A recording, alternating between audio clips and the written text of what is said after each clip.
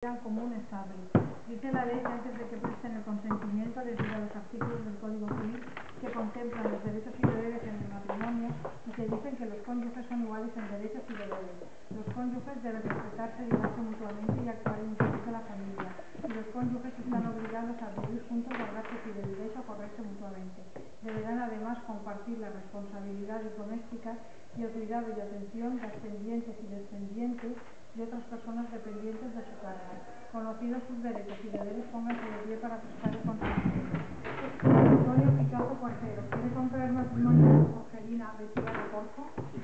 Jorgelina de Tiana Corzo quiere contraer matrimonio con Pedro Antonio Picazo Cuartero. ¿Tienen amigos? No. En virtud del consentimiento que acaban de prestar y el poder que me otorgan las leyes, les declaro unidos en matrimonio. Enhorabuena.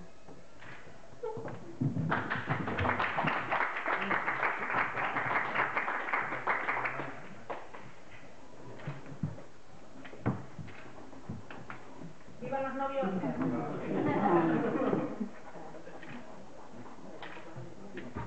Janina.